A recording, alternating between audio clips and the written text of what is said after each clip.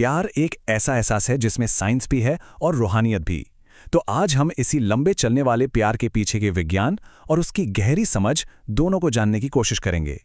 ये एक ऐसा सवाल है जो हम सबके मन में कभी ना कभी जरूर आता है कि आखिर क्यों कुछ रिश्ते वक्त के साथ और मजबूत होते जाते हैं और कुछ बिखर जाते हैं। जवाब हमारे कल और आज दोनों में छिपा है। दरअसल इसकी शुरुआत एक ऐसे साइकोलॉजिकल ब्लूप्रिंट से होती है जिसके बारे में शायद हमें खुद भी पता नहीं होता, और यही ब्लूप्रिंट हमारी पूरी रोमांटिक जिंदगी को एक शक्ल देता है। तो चलिए समझते हैं कि ये प्यार का ब्लूप्रिंट आखिर है क्या। इस ब्लूप्रिंट की नींव पता है कब रखी जाती है?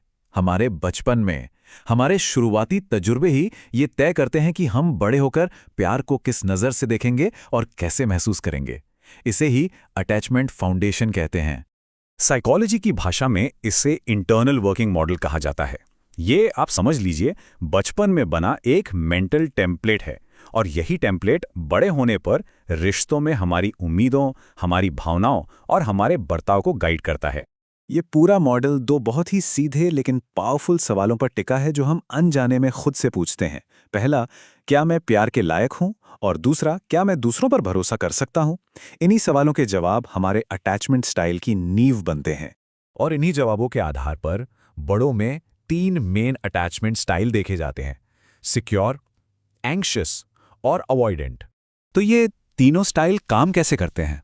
देखिए, जो लोग सिक्योर होते हैं वो खुद को और दूसरों को दोनों को पॉजिटिव नज़र से देखते हैं, इसीलिए वो आसानी से भरोसा कर पाते हैं और उनके रिश्ते खुशहाल और लंबे चलते हैं।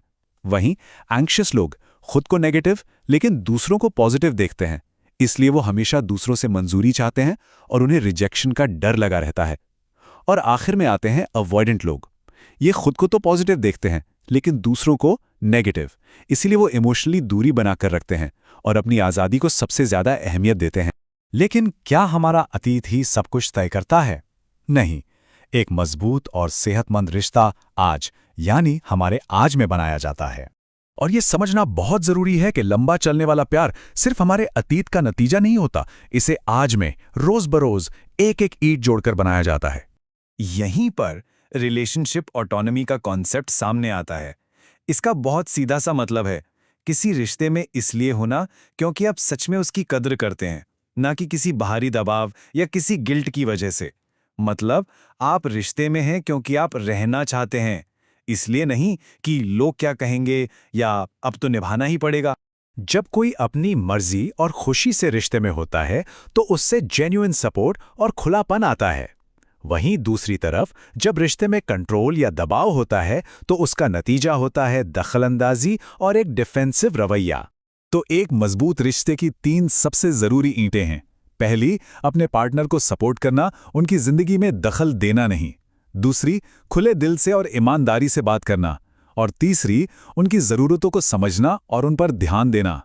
तो जब इन तरीकों से किसी रिश्ते को बनाया जाता है तो एक दशक बाद यानी 10 साल बाद उसके नतीजे क्या होते हैं, चलिए देखते हैं। अमेरिका के जाने माने नेशनल इंस्टीट्यूट्स ऑफ हेल्थ यानी NIH ने एक बहुत अहम स्टडी की। उन्होंने 300 कपल्स को पूरे 10 साल तक ट्रैक किया, सिर्फ ये समझने के लिए कि आखिर प्यार को कौन सी चीज टिकाऊ बनाती है। इस स्टडी में इन 10 सालों में रिश्तों के 3 अलग-अलग रास्ते सामने आए। कुछ कपल्स ऐसे थे जिनकी संतुष्टि हमेशा ऊंची और स्थिर रही। कुछ की शुरू में तो ऊंची थी पर धीरे-धीरे घटने लगी, और कुछ की शुरू में कम थी पर वक्त के साथ बढ़ने लगी। और आंकड़े क्या कहते हैं पता है? लगभग 65% कपल्स हाई एंड और स्टेबल ग्रुप में थे। इसका मतलब है कि ज्यादातर जोड़े अपने रिश्ते में खुशी बनाए रखने में कामयाब रहे। यह दिखाता है कि लंबे समय तक एक खुशहाल रिश्ता बनाना मुमकिन है। और इसका फायदा क्या हुआ? जो जोड़े हाई एंड स्टेबल ग्रुप में थे उन्होंने अपनी पूरी जिंदगी में ज्यादा संतुष्टि महसूस की, उनकी मेंटल हेल्थ बेहतर थी और वो रोजमर्रा की जिंदगी में ज्यादा पॉजिटिव इमोशंस का अनुभव करते थे।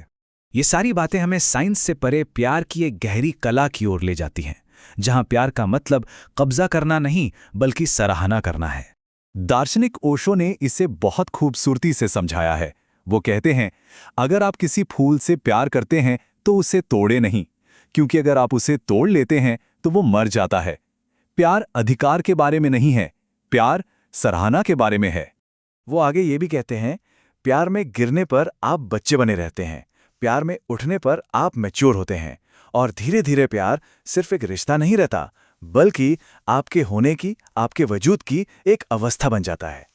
तो इस पूरी बातचीत का सार यही है कि एक सच्चा और गहरा रिश्ता हमें सिर्फ मिलता नहीं है, बल्कि इसे बनाया जाता है।